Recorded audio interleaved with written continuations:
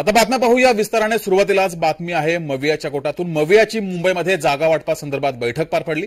या बैठकीमध्ये शिवभाटा आणि काँग्रेस यांनी जास्त जागांचा आग्रह धरलेला आहे, त्यामुळे शरद पवार गट मुंबईत निवडणूक लढणार नाही का असा सवाल उपस्थित झालाय।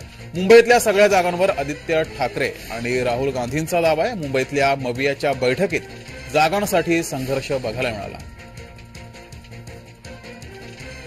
आगामी विधानसभा निवडणुकीच्या पार्श्वभूमीवर मवियाची जागा वाटपासंदर्भात बैठक पार पडली आणि या बैठकीमध्ये मुंबईमध्ये सगळ्या जागांवर आदित्य ठाकरे आणि राहुल गांधींचा दावा आहे, त्यामुळे मुंबईमध्ये शरद पवार यांचा पक्ष यांचा गट निवडणूक लढणार नाही का, उमेदवार देणार नाही का अशी चर्चा सुरू झाली आहे।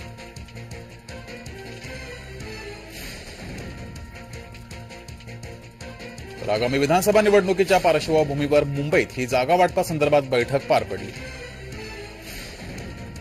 या बैठकीमध्ये जागा वाटपासंदर्भात चर्चा झालेली आहे, सूत्र ठरतंय। त्यामध्ये मुंबईतल्या सगळ्या जागांवर आदित्य ठाकरे आणि राहुल गांधींचा दावा आहे, त्यामुळे शरद पवार गट मुंबईत निवडणूक लढणार नाही का असा सवाल या निमित्तानं उपस्थित झालाय।